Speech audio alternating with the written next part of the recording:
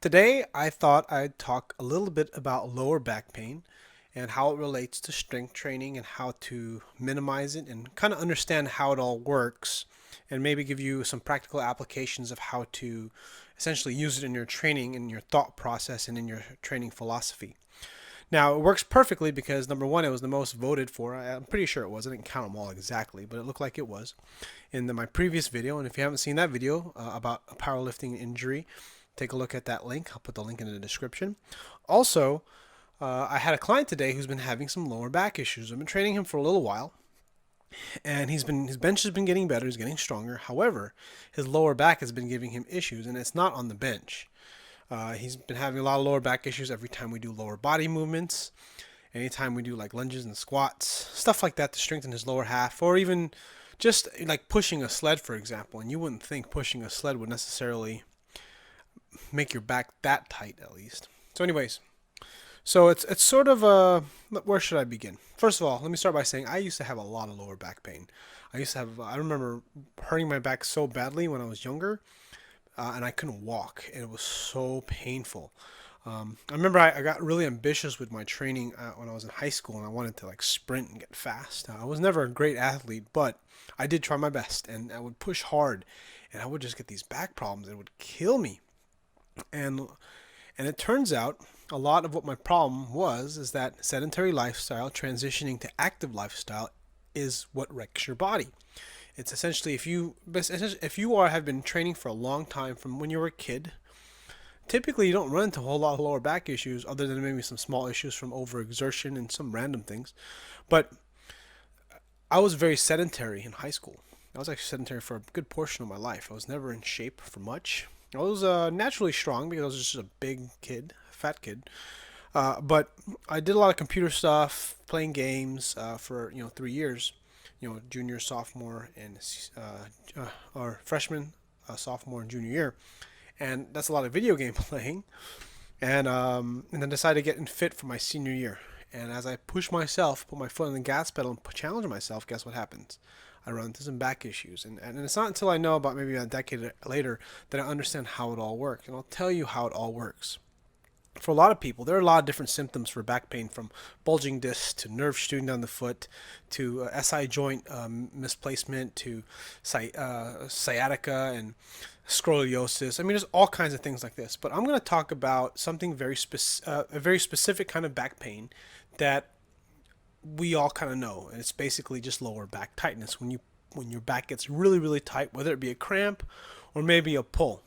Now, there's so many ways to classify this, and it can get a little confusing, but all this stuff relates to basically one thing, or a good portion of it is anyway: bad motor pattern, bad motor recruitment, and typically for most people it's overuse.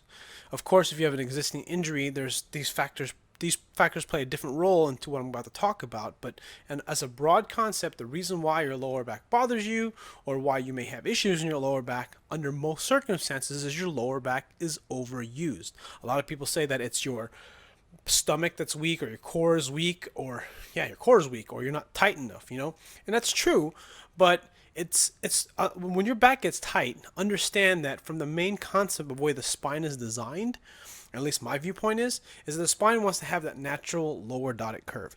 And when you have that natural lower dotted curve, you want to be arched. That's a better position. It's a strong position for the back. It doesn't want to be flat. It doesn't want to be rounded. And in fact, being rounded is much more dangerous for the discs, because that's what causes a lot of problems. That's typically why you don't want to butt wink a ton when you're squatting.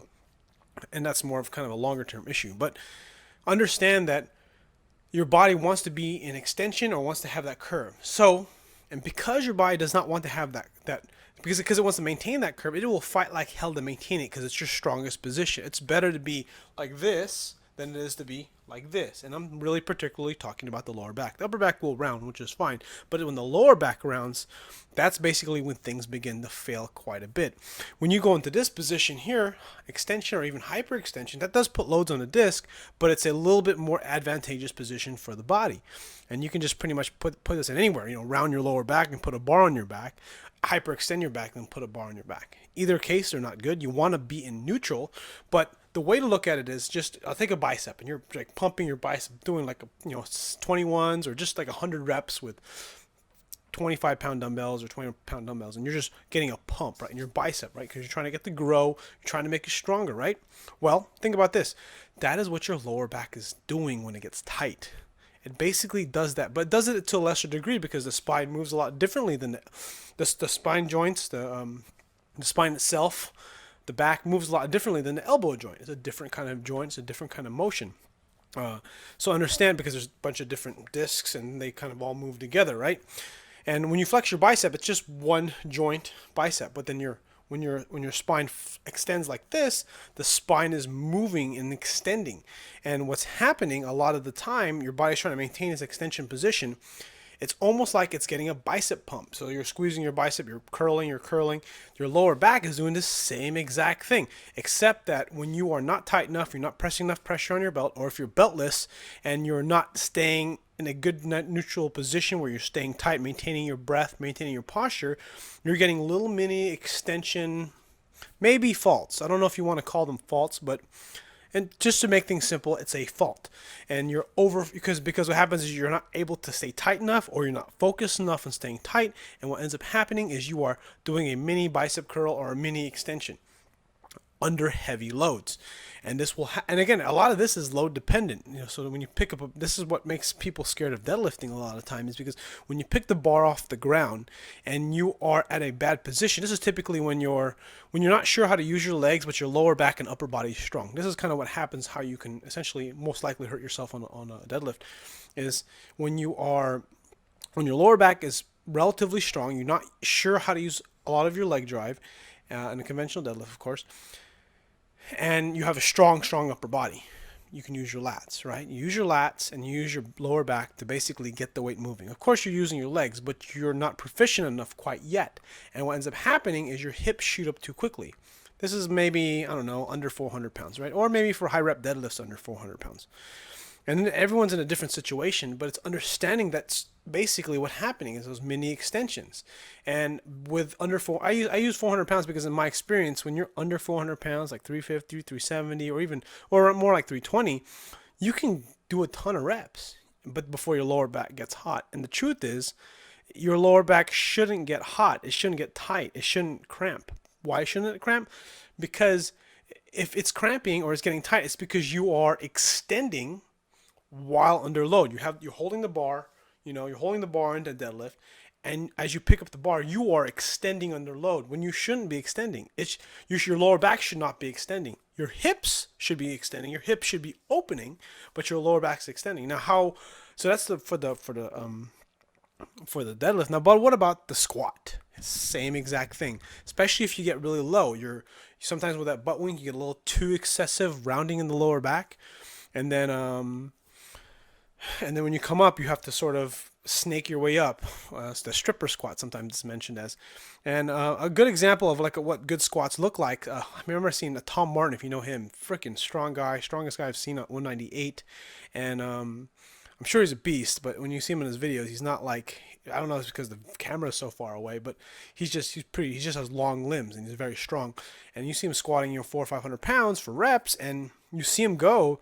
And I've seen he doesn't have a whole lot of videos from side angle, but I remember seeing him squat, I think it was like 5 something in the mid 500s. I can't remember, it was like over a year ago, and a side view, and you don't see any butt wink. You see him stay very rigid, and that's basically what you want, because that's the spine is the strongest. Anytime there's too much flexion in the spine or during load, that is when the muscles of the lower back have to kick in harder than necessary. Because when you stay braced at the abs, what you're doing is you're maintaining the spinal integrity.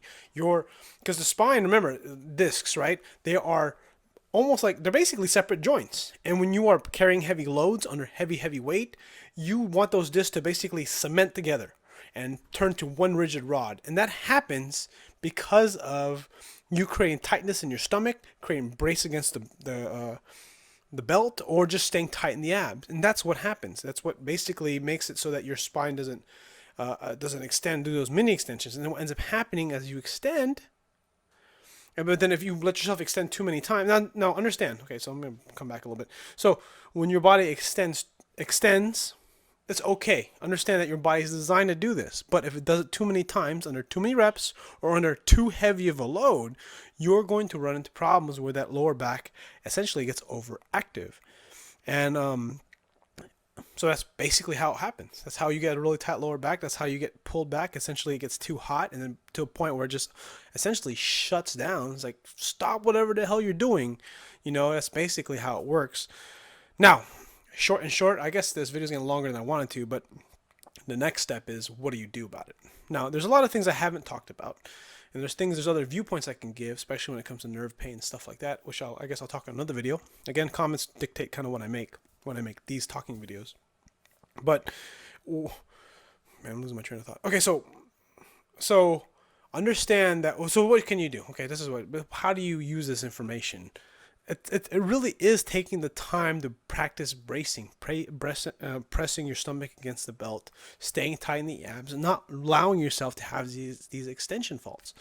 And again, I kind of went all over the place with this video, but a client of mine, okay, the client of mine has been having lower back problems, and we've been, a lot of the time, for people who have lower back problems, sometimes all you have to do is just get stronger and train. And you train your whole body, and it's gonna go away. It'll be or you'll still have it, but it'll just minimize. And then it starts to get too hot, and then it negatively impacts a lot of what you do. You basically get cramping. You get too many problems because of a sedentary job, where you sit down too much, you drive in a car, or just who knows what. But if you're fit and you train a lot, and you have a pretty active job, not active lifestyle, but active job, you work out a lot, and you have an active job, you are going understand that building strength is kind of what you need to do. Man, I just kind of gone all over the place with this video, but there's more good content on this video than there is my kind of mess ups with my train of thought. But I hope you got something out of it. Leave a comment if there's something specific you want me to talk about when it comes to lower back pain. I have loads of other ideas, but 12 minutes is too long. So anyways, trying to keep my videos well under 10 minutes actually. Next video will probably be on the knee. But if you want me to talk more about the back, I'll be sure to make a note of what the things you want me to cover, and I'll talk about it.